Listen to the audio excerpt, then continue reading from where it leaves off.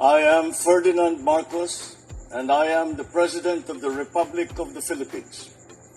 I stand today on behalf of 110 million Filipinos. Hello Universe, it's me again. Shout out sa inyo mga bes. Nako, ang daming mga news ngayon na talaga naman, ano ba yan? Away dito, away doon, no? Siraan dito, siraan doon, parang ganun. Well, anyway guys, ayan, hello sa mga Marcos loyalists and supporters at sa mga Pilipino sa buong daigdig. Ito po guys, mayroon tayong updates video po sa inyo. Alam po natin, ito si Gwen Garcia, gobernador po ito ng Cebu. At ito po si Mayor Rama is mayor ng Cebu. Mga kababayan, nako talaga naman ay ito guys, malaki ang epekto din kay BP Sara if lang tatakbo siya, no, sa pagkapangulo. Bakit? Mamaya explain po natin, ano. Ito si Gwen Garcia, mga kababayan, nako, nag-resign na as a member ng PDP. Ano man guys ang dahilan, ito. Basahin po natin mga kababayan, ano. Ang sinabi po ng Impact Leadership, irreconcilable conflict. Agay, ang hindi pagkakasundo itong dalawang ito. Mahirap din guys magtrabaho lalo't hindi kayo magkasundo ng kapartido mo sa isang lugar pa, ha.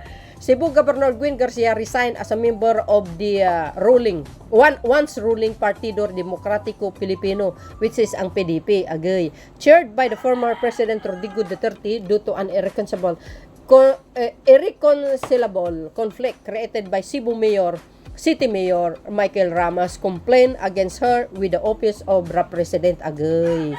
Alam po natin guys, alam po natin lahat na ito si Mayor Rama ay suspendido pa ito, mga kababayan. Sinuspindi ito ng ombudsman. Bakit?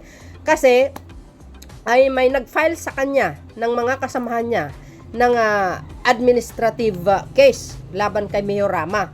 Well, so dahil dyan mga besa, I think nakita ng ombudsman na may probable cause kung bakit ito nasuspindi.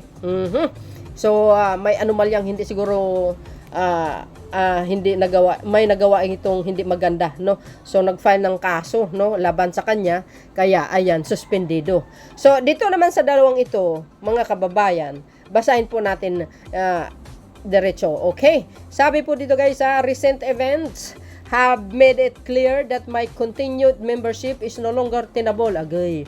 Specifically, the complaint filed against me by Mayor Michael Rama, Vice President for the Visayas, with the Office of the President has created an irreconcilable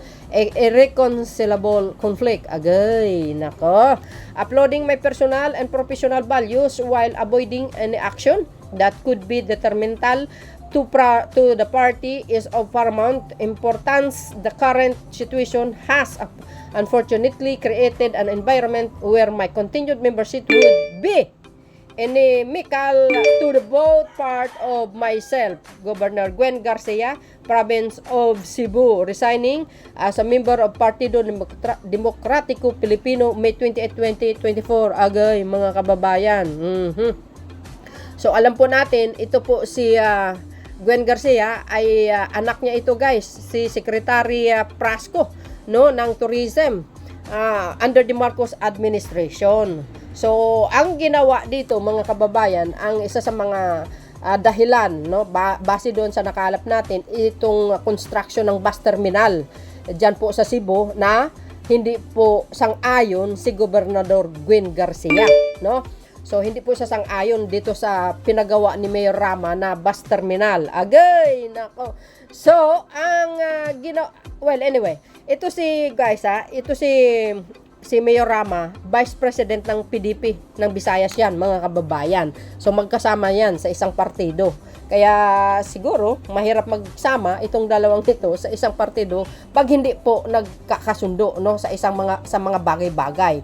So, ang ginawa ni Mayor Rama, mga kababayan, nagsulat siya, nag-file ng petition sa Office of the President para suspindihin ito si Governor Gwen Garcia. Ayan ang hindi nagustuhan ni Gobernador Gwen Garcia, yung ginawa ni Mayor Rama, no? At isa pa guys, maling-mali itong ginawa ni Mayor Rama. Bakit doon sa Office of the President nag-file ng petition for suspension of Gobernador Gwen Garcia? Hindi tama po yun. Kasi alam po natin, ang local mga kababayan, independent po yan. Hindi pwede makialam ang Office of the President. Oh, mga kababayan. Dahil kung makialam yan guys, parang parang paninira at intentionally at personal na po yan. So, at hindi po gagawin ng Malacanang po yan. Lalo't si Pangulong Marcos Jr., hindi niya gagawin yan. Kasi, kung mayroon man siyang pagpa-file ng case or suspensions against the governor, dapat sa Office of the Ombudsman, mga kababayan. O, di ba? Sa Office of the Ombudsman dapat. Doon sa mag-file ng file ng petition to suspend the governor, not the Office of the President. No. Yun po ang ating base sa ating pagre-research, no?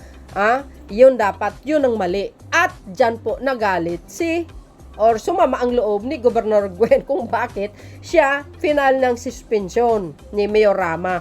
So, ang ginawa niya, I think, mag-resign na lang siya as a member ng PDP. Kaya nag-resign siya.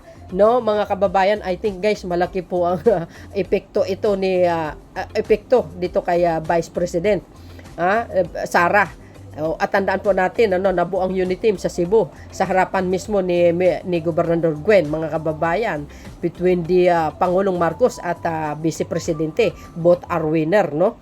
Nung 2022 election.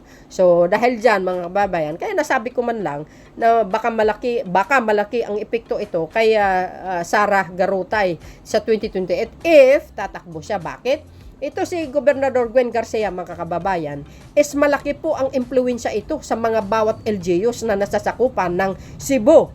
Kasi gobernador ito, hawak niya, no? 'Di ba? Correct me if I'm wrong. Kaysa kay Mayor Rama. Now, kasi kung tatakbo, ang isang presidente, ang isang gustong tumakbo sa 2028, for example, Sara Duterte, kayang maimpluwensyahan ni gobernador, no? Ang mga LGUs or congressman or sa bawat lugar na pwedeng ikampanya or i-endorse niya na ito ang iboboto nyo. Di ba? Like for example yun, kung si Sara, no? Malaki ang impluwensya nito. Dahil alam po natin, ang Cebu ay isa sa pinakamalaking registered voters ng buong Pilipinas yan. Malaking balwarte yan, guys. Kung yan ang isa sa mga nakuha mo, pag ikay tatakbo, ay malaking puntos yan sa iyong scorecard sa eleksyon, mga bes.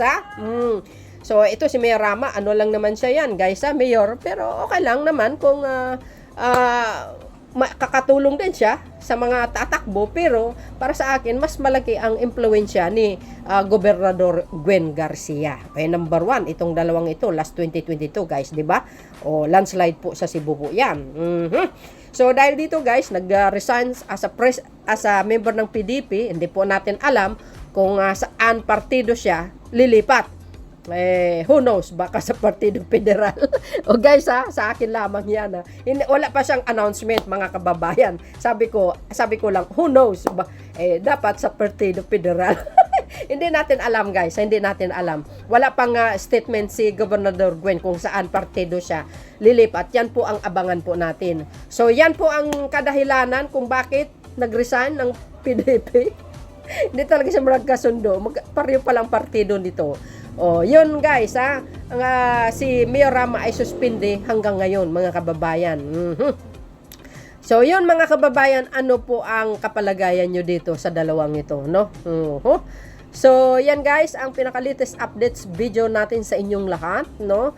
See you again on my next upload video. Sana magkasundo na sila, no? Kahit hindi na sila same partido, mga beswa. Iisa lang naman ang lugar nila. See you again, guys, on my next upload video. Bye, bye, bye, and babos. God bless Philippines.